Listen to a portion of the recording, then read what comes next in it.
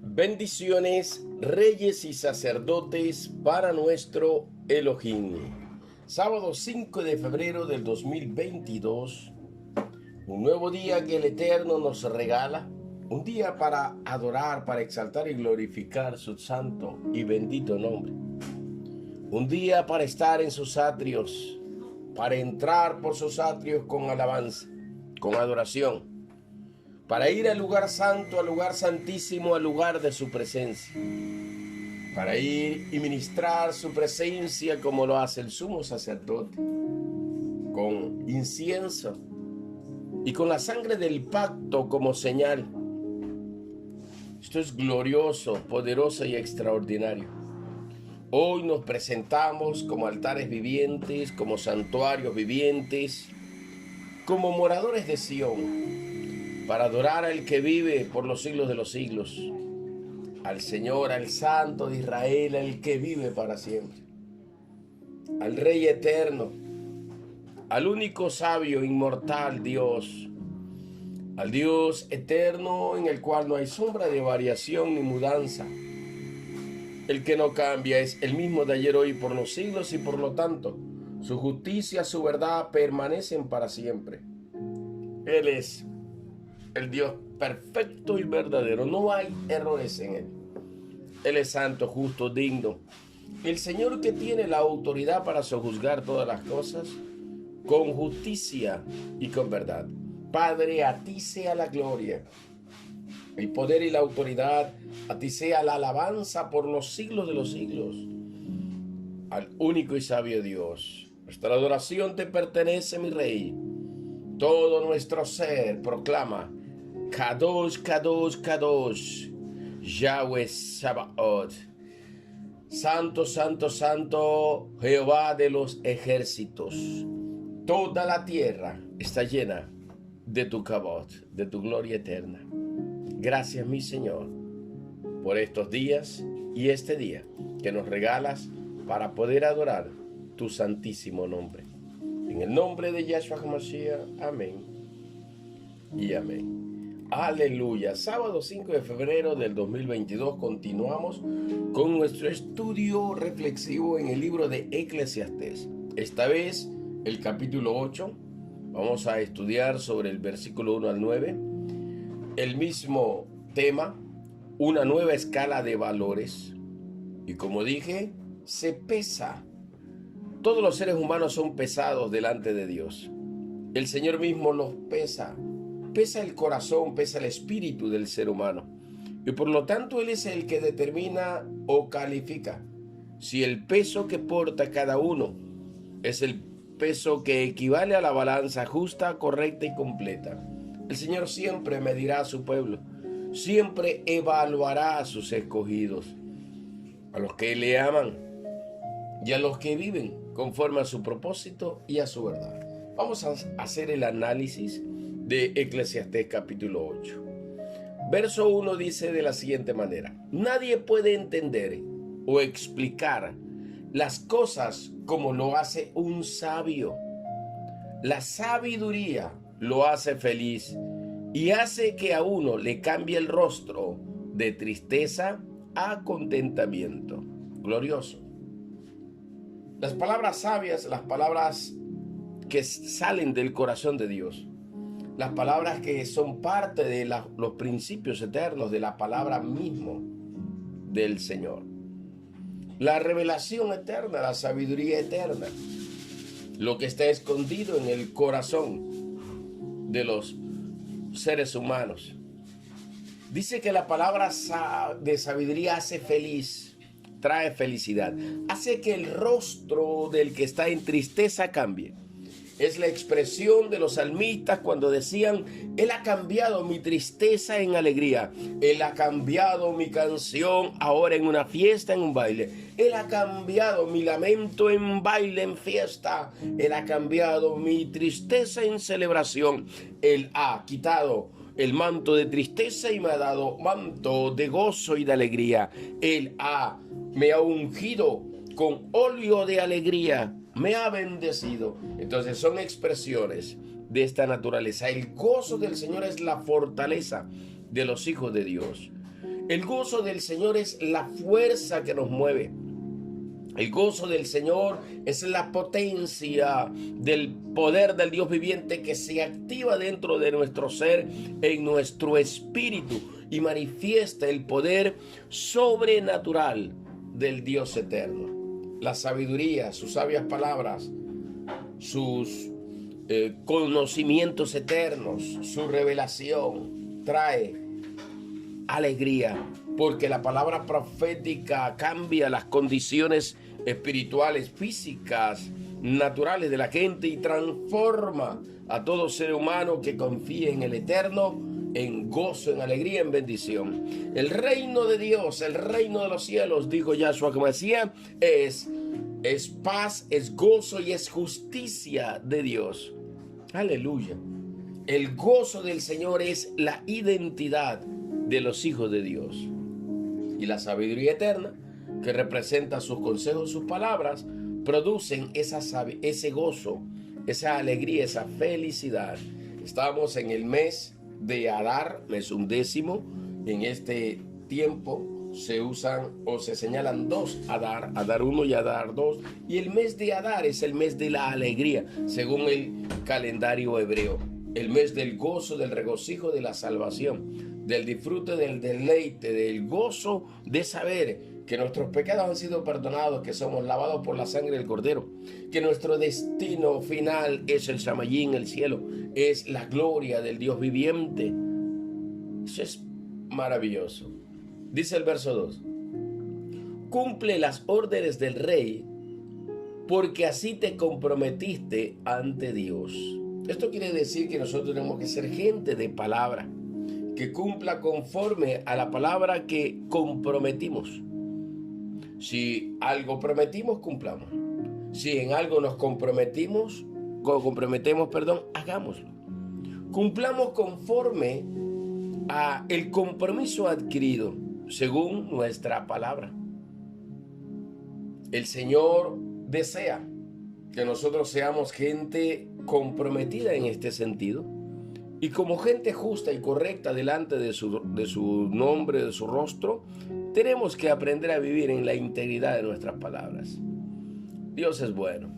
Verso 3 dice: no temas hacer sugerencias al rey y no apoyes algo que está mal, pero recuerda que el rey hace lo que le place. Esto quiere decir que tienes que hablar con sabiduría y con las palabras correctas, adecuadas, en el tono correcto y adecuado. Cuando nos refiramos a la autoridad o a las autoridades que el Señor ha permitido sean puestas delante de los hombres, tenemos que aprender a hablar con respeto. No se trata de no hablar, no se trata de no sugerir, se trata de hacerlo, pero de la manera correcta, de tal manera o forma que las personas que están en eminencia, autoridad, lo reciban. Reciban la palabra. Aquí hay que tener sabiduría. No podemos apoyar el mal, no podemos apoyar lo que está equivocado. Simplemente por algún compromiso o alguna situación comprometedora, y por eso tenemos que apoyar las cosas aunque estén mal. No. Nosotros tenemos que saber hablar, saber enseñar y explicarle a la gente aquello que no está bien delante de Dios y enseñarle a la gente. Escuchen o dejen de escuchar, oigan o dejen de oír. Ya la cuenta de cada uno de ellos sería su cuenta con el Señor, con el Dios eterno. ¿Por qué? Porque nosotros somos gente que tenemos la palabra de verdad y siempre debemos manejarnos con la verdad, pero tenemos que ser sabios en nuestra exposición. Tenemos que ser sabios al compartir, al sugerir, al corregir, al enseñar a otros, conforme lo que la palabra de Dios nos enseña, de acuerdo a su sabiduría eterna. Esto me hace acuerdo de el profeta Natán, quien confrontó al rey David. Él sabía que el rey David lo podía mandar a matar, pero él, en su sabiduría, o en la sabiduría que el Eterno le dio, le habló por parábolas. Las parábolas es el lenguaje de los profetas, hebreo mashal. Eso es lo que dice la Escritura. Entonces le habló a través de una parábola Y el propio rey dijo, tal persona que ha hecho eso merece morir. Entonces el profeta Natán le dice, rey, el tal eres tú. El rey, compungido por el espíritu Kadosh, reconoció su pecado, reconoció su error. Allí es donde escribe esta experiencia en el Salmo 51, donde él admite que ha sido engendrado en pecado, que él en su naturaleza pecaminosa ha ofendido al Señor, pero se arrepiente y le pide perdón a Dios, y que Dios en su inmenso amor lo perdona. Es tan importante la palabra de sabiduría, ya tenemos versículo 1 y versículo 3, donde hace un énfasis tan importante sobre el hecho de ser sabio, de hablar con sabiduría, de expresarse con sabiduría, de dar a conocer de alguna manera correcta, apropiada, en la forma que el Señor sugiere las cosas, poder enseñar como corresponde. Dice el verso 3 al final, recuerda que el rey hace lo que le place, o sea, el rey puede elegir qué quiere hacer. Por eso es que hay que tener la sabiduría para poder expresarse, y en sí, en todos los ámbitos de la vida, en todos los contextos de la vida, nosotros tenemos que aprender a actuar con sabiduría, como gente sabia, como gente entendida, enseñar lo que es bueno, santo, justo y correcto delante del Elohim. Dice el verso 4, el rey tiene la autoridad de dar órdenes y nadie puede decirle lo que tiene que hacer. Está haciendo un énfasis de que le ha sido entregada una autoridad, le ha sido entregada una posición de supremacía. Y por lo tanto es el que tiene la autoridad. Él es el personaje que está en una posición más elevada.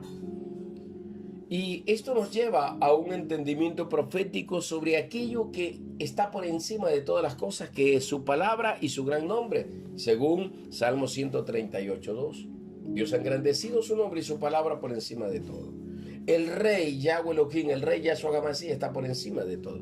Por lo tanto, su palabra es suprema. Su palabra es excelsa, es elevada. Y él puede hacer conforme a su voluntad y deseo, porque él es el rey, él es el Señor, él tiene el poder, él tiene la autoridad para poder hacerlo. Es poderoso, extraordinario esto. Dice el verso 5, el que obedece las órdenes del rey no tendrá problemas, y el sabio sabe cuándo es el momento justo de obedecerlas. Habla de sabiduría. Es sabio obedecer al rey, al Padre, al Rey eterno, a Dios. Es lo más justo y correcto. Obedecer a Dios antes que a cualquier otro hombre. Por encima de cualquier decisión o mandato humano, debe de predominar el mandato divino, el mandato del Eterno, por encima de todo. El Señor respaldará a su pueblo, así como fue respaldado Daniel, así como fueron respaldados los 3 jóvenes israelitas que fueron librados del horno de fuego, Daniel que fue librado del pozo de los leones. El Señor nos librará y nos respaldará cuando nosotros actuemos en correcta justicia, aunque en ese instante de pronto aquello no sea tan aparentemente beneficioso para nosotros, pero al final se cumplirá la palabra que dice: todas las cosas nos ayudan a bien. Esto es, aquellos que aman al Señor. Y si nosotros amamos al Señor, pues las cosas nos irán bien conforme al propósito del Padre. Yo me muevo en la palabra que el Señor a mí me dijo hace más de 20 años, en el año 2000, donde el Señor me dice: a ti no te pasará nada que no sea mi perfecta voluntad. Yo me muevo en esa palabra y declaro siempre que sobre mi vida solo acontecerá lo que el Eterno desea. Y por lo tanto vivo resguardado por esa palabra, vivo amparado por la sombra del Omnipotente, en la habitación del Dios viviente, y no me tocará ninguna obra destructiva de las tinieblas. Solo la voluntad de Dios se cumplirá sobre mí. Y es lo que yo creo que se hará o se cumplirá sobre todos, absolutamente todos los hijos de Dios. Aleluya. Hay el momento oportuno para obedecer y hacer lo que es justo y correcto delante de Dios. Hay que conservar la palabra de Dios, valorarla, ponerla en práctica, vivirla para ser bendecido por ella. Y no tendremos situaciones terribles en la vida, porque el Señor estará allí con nosotros. Él libra al justo, Él libra a su elegido escogido. Él no permitirá que sus santos vean corrupción ni sean destruidos. Así está escrito. Si un justo tiene aflicciones, pues de todas las aflicciones el Señor lo liberará. Son promesas eternas. Dice el verso 6. Hay un momento y una manera apropiada para hacer todo lo que hay que hacer. Pero el problema del ser humano es que nunca se sabe lo que va a suceder y no hay quien se lo diga. Verso 6 y verso 7. Hay maneras apropiadas para hacer las cosas en el momento apropiado para hacer las cosas. No sabemos quizás lo que hay como respuesta en el futuro, pero cuando nosotros somos gente entendidos, nos manejamos en sabiduría, haciendo lo que es justo y correcto, nosotros siempre tendremos un futuro y un destino glorioso. Es sencillo, porque los pensamientos de Yahweh Elohim en favor de su pueblo son de bendición, de favor, de gracia, de bienestar, son para bien. El deseo del Señor es para bien. De Él viene toda buena dádiva y todo don perfecto. Él es el Padre de las luces, el justo. Y por lo tanto, todo lo que es bueno vendrá sobre nosotros. Porque el Señor pesa el corazón del ser humano y si nos halla justo delante de Él, Él nos librará. Es su naturaleza santa y pura. Él respalda lo que es santo y justo porque Él es el juez supremo. Y el punto o decisión determinante la tiene Él. Él es el que determina, es el juez sobre toda la tierra. Poderosa es esta palabra. Dice el verso 8. Nadie es dueño de su espíritu, ni lo puede detener, porque nadie es dueño de la muerte. Cuando llega la guerra, no puede mandar a otro en su lugar. La maldad que uno hace no lo protegerá. Nadie es dueño de su espíritu, eso quiere decir nadie es dueño de su propia vida. Todas las almas le pertenecen a Yahweh el Eterno. Nuestras vidas le pertenecen a Yahweh el Eterno. Nosotros tenemos que ser gente entendida. Saber que todo nuestro ser le pertenece a Él porque Él nos redimió, porque Él pagó el precio de nuestro rescate. Y cuando nosotros recibimos a Yahshua como Señor y Salvador, se hace efectivo sobre nosotros el plan redentivo y de salvación. Por lo tanto, nadie es dueño de su ser porque nuestro ser le pertenece al Señor. Tu vida, la vida de tus hijos, tu descendencia le pertenecen al Señor. La vida de todos los seres humanos aquí en el Ecuador y en cualquier parte del planeta, en cualquier nación de la tierra, en cualquier continente de la tierra, aún si hay gente en el espacio sideral, aún allí en esos lugares donde haya vida, todo, absolutamente todo le pertenece a Yahweh Elohim. Él es el creador, Él es el Señor, Él es el Rey, por lo tanto todo lo creado le pertenece. Es poderoso. Aquí el Señor en el verso 8 hace una referencia en el sentido de que nadie es dueño de la muerte. O sea, en otras palabras, nosotros estamos sujetos a morir en cualquier momento, en cuanto el Señor lo determine. Y por lo tanto, nosotros tenemos que aprender a analizar nuestras vidas y vivir en la justicia y la integridad para que cuando acontezca este hecho, pues nosotros podamos con seguridad ir a la presencia del Eterno. Aleluya. Poderoso y santo es el Señor. Glorioso y extraordinario. Dice el verso 9.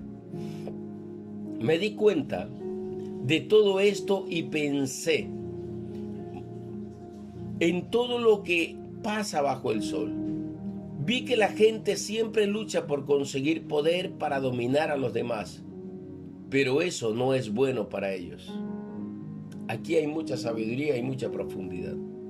Dice, me di cuenta de algo que pasa en la tierra, debajo del sol, en los seres humanos.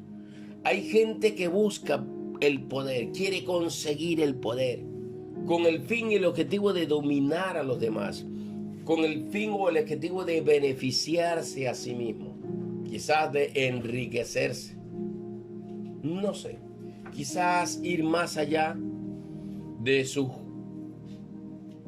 asignación y pretender tener una mayor autoridad y dominio sobre los demás. Hay gente que nunca se sacia y quiere más poder, más poder, más poder. Hay gente que nunca se sacia y quiere más y más y más dinero, riquezas. ¿Qué sé yo? Quiere más de lo que le ha sido asignado. Pero dice sabiamente el escritor, aquello no es bueno para ellos. No es bueno la opulencia. No es bueno la avaricia. No es bueno ningún tipo de actividad asociada a estos pecados o a estos desenfrenos. No es bueno el desenfreno. Todo tiene que ser ordenado, todo tiene que ser controlado bajo el orden del Dios viviente. Así tiene que manejarse todos los aspectos de la vida. Hay cosas que no son buenas para nosotros, porque el Señor conoce cuál es o qué es lo que hay en el corazón nuestro. Él nos conoce bien y por lo tanto muchas veces hay gente que le pide cosas a Dios y el Señor no se las concede. ¿Por qué? Porque el Señor sabe en su sabiduría eterna que no le van a beneficiar. Hay gente que ha cambiado cuando llega al poder. Hay gente que entra en un estado de avaricia y de insaciable deseo de avaricia cuando empieza a tener. Hay gente al que a veces el tener le hace mucho daño, como dice el verso 9, porque de alguna manera mientras no tenía buscaba a Dios para que lo bendiga. Una vez que el Señor lo bendice, lo levanta, lo exalta, se olvida de Dios. Y ya no ora, no agradece, no vive para Él, no lo adora, no le sirve. Y aquella bendición de parte de Dios lo tomó tan mal, de tal manera que hizo o transformó esa bendición en algo que lastimosamente es penoso. Entonces el Señor dice que el deseo de Él es bendecirnos. Obviamente somos nosotros los que determinamos si aquello que el Señor nos da, nos entrega, es realmente fructífero, cuando nosotros le damos un uso correcto y apropiado de toda la bendición que el Señor nos da. Es el deseo de Dios de bendecirnos, es el deseo de Dios de darnos, de multiplicarnos, de prosperarnos. Aquí el énfasis dice que hay un deseo egoísta que busca dominar a los demás o que quiere ejercer dominio sobre otros. El Señor desea que los reyes y los gobernantes de la tierra sean gente correcta, que no sean gente mezquina ni avara, que no sean gente ambiciosas, que no sean gentes vendidas por el dinero, los recursos, sino que sean gente que administren las naciones o las ciudades conforme a la voluntad de Dios, que es buena, agradable y perfecta.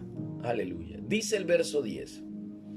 También vi que la gente perversa se le hacían grandes y fastuosos funerales, y vi que gente hablaba bien de ellos aun cuando esto sucedía en los mismos pueblos en los que el difunto había hecho muchas maldades.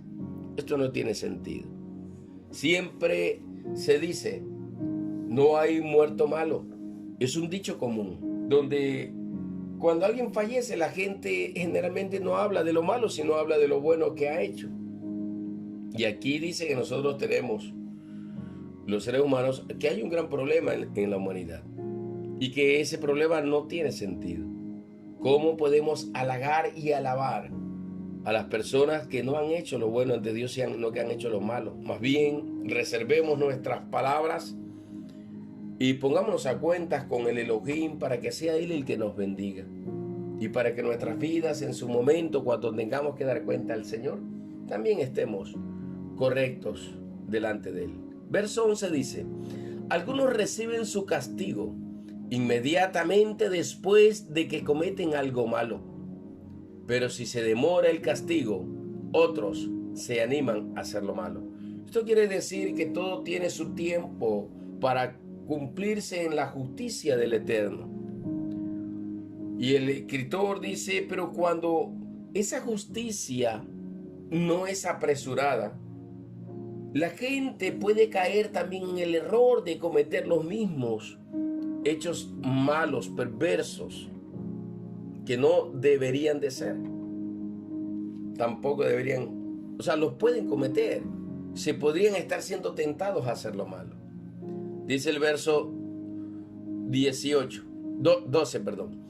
El pecador puede hacer muchas maldades y tener larga vida, pero no sé de qué formas es mejor.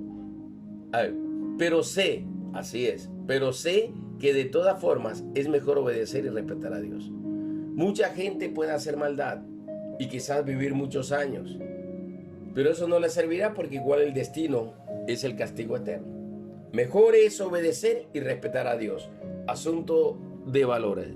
Lo mejor es la obediencia. Lo mejor es el respeto al Elohim. Dice el verso 13. La gente mala no respeta a Dios y por eso no obtendrá lo que es realmente bueno, ni tendrá larga vida. La gente que es mala, que es perversa, sus días serán acortados. Eso es lo que dice la Sagrada Escritura. Si acaso alguien tendrá extensión de días por la misericordia de Dios, será para que se arrepienta. Su vida, dice, no será como la sombra que se hace cada vez más larga cuando el sol se oculta. Es una metáfora diciendo que la vida se extiende. No, sino que será acortada. Los malos, los perversos serán acortados. Y esto lo vemos en medio de una sociedad donde la mayoría de los jóvenes están inmiscuidos en drogas, alcohol, narcotráfico, sicariato. Y el tiempo generalmente como promedio en que viven es entre los primeros 30 años de vida, no más.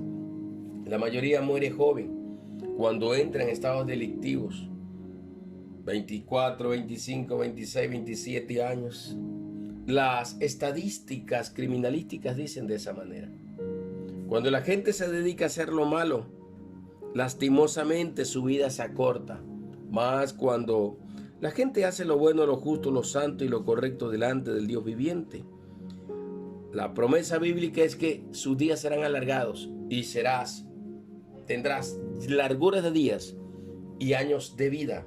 O sea, salud y bienestar para que puedas vivir tú. Dice el 14, hay algo más que sucede en la tierra y que yo encuentro injusto. Dice, al malo debería irle mal y al bueno debería irle bien, pero algunas veces sucede lo contrario y eso no es justo. Es verdad, hay situaciones en las que aparentemente, como en el caso de Lázaro y el rico, a Lázaro le fue mal, digamos así, tuvo sus males, como se expresa en la parábola, y el otro tuvo sus bienes. Pero el destino final de aquel que malgastó los bienes, aquel que vivió ajeno a Dios, al Eterno, fue el castigo eterno, el lugar de tormento. Mas para Lázaro fue el seno de Abraham, el paraíso de Dios, el Shamayín, la presencia eterna del Padre. Esto es poderoso. Verso 15. Así que decidí que al fin de cuentas es mejor disfrutar la vida. Lo mejor que uno puede hacer es comer, beber y gozar de la vida, conforme al propósito de Dios. Eso, por lo menos, le hará a uno la vida más llevadera en vista del duro trabajo que Dios decidió que cada uno hiciera bajo el sol. Después de todas las actividades que los seres humanos hagan, lo mejor es descansar, relajarse, gozarse con su familia, disfrutar de todo el trabajo. Como ya hemos hablado durante este estudio de Eclesiastés, hay gente que no puede disfrutar de lo que tiene porque solo vive para trabajar y para hacer riquezas, pero no puede disfrutar de lo que tiene. Hay gente que tiene, pero no puede hacer uso de aquello. No tiene el tiempo para disfrutarlo con sus seres queridos. Nosotros tenemos que ser gente equilibrada y tenemos que darle tiempo a la familia, a los seres queridos, para pasar tiempos de calidad, tiempos de bendición, de gozo, de felicidad con cada uno de ellos. Tenemos que disfrutarlo, porque es la bendición que el Señor nos entrega a cada uno de nosotros bajo el sol. Verso 16 dice: estudié con cuidado todo lo que la gente hace en esta vida. Vi lo ocupado que está trabajando día y noche, casi sin dormir. Algo similar al versículo 15. El 17 dice: también vi todas las cosas que hace Dios y vi que a los seres humanos no les es posible entender todo el trabajo que Dios hace en la tierra. Alguien lo puede intentar, pero no lo logrará. Aunque aparezca un sabio diciendo que él sí lo puede entender, no es cierto. Nadie puede entender todo esto. Habrá cosas que estarán a nuestro alcance. Hay un versículo bíblico en el mismo libro de Eclesiastés, capítulo 3, si no me equivoco, está por el verso 15. Cuando dice que hay cosas que están más allá del conocimiento humano, de la mente humana, de la capacidad humana, y son los principios eternos del Dios viviente. Por lo tanto, aquellas cosas que no pueden ser comprendidas por los seres humanos tienen que ser entregadas o dadas para que el Eterno, en su omnisciencia, en su todopoder, en su omnipresencia, sea el manifestador de todas estas cosas maravillosas y gloriosas de su reino. Hay cosas que los seres humanos no podrán entender por mucho que lo intenten. Hay cosas y conocimientos profundos que no podemos alcanzar porque el Señor nos ha entregado medidas a cada uno de nosotros. Y a cada uno le ha dado revelaciones. Pero no a todos los seres humanos le ha dado las revelaciones completas. Porque todas las revelaciones son complementarias. Lo que el Señor me entregó a mí lo imparto, lo comparto con otros. Lo que el Señor le entrega a otro también lo comparte. Y así se va dando apertura a un engranaje de conocimientos de reino extraordinarios y poderosos. Esto quiere decir que el Señor encerró los misterios de la sabiduría eterna solo en su sola potestad, solo conforme a su propósito y a su plan. ¡Qué maravilloso! Solo conforme a lo que Él ya determinó para cada uno de nosotros. Esto quiere decir que nosotros tenemos que aprender a contentarnos. Tenemos que aprender a vivir conforme el propósito eterno. No podemos ir más allá y tenemos que saber aceptar lo que por voluntad del Padre nos regala, nos otorga. El nivel de sabiduría del Padre es ilimitado. Sus pensamientos son más altos, como dice el libro de Isaías. Más altos, así como los cielos son más altos que la tierra, más altos son sus pensamientos. Y por lo tanto, todo lo que a nosotros Yahshua HaMashiach nos entregue como revelación será una bendición que nosotros tenemos que agradecer al Padre, porque Él nos ha permitido tener conocimientos. Es poderoso esto. Es realmente profundo y sabio los santos escritos a los que se refiere en este capítulo 8 del libro de Eclesiastés. La sabiduría como principio y temor de Yahweh Elohim. El conocimiento eterno solo está en la potestad del Padre. Y el Padre entrega conocimientos por medidas conforme a su propósito y a su plan. Cuando Él quiere cumplir un propósito en la vida de alguien, pues le entregará las herramientas, el conocimiento, la revelación, la unción, el poder, la fuerza, la autoridad para poder lograr alcanzar el propósito eterno.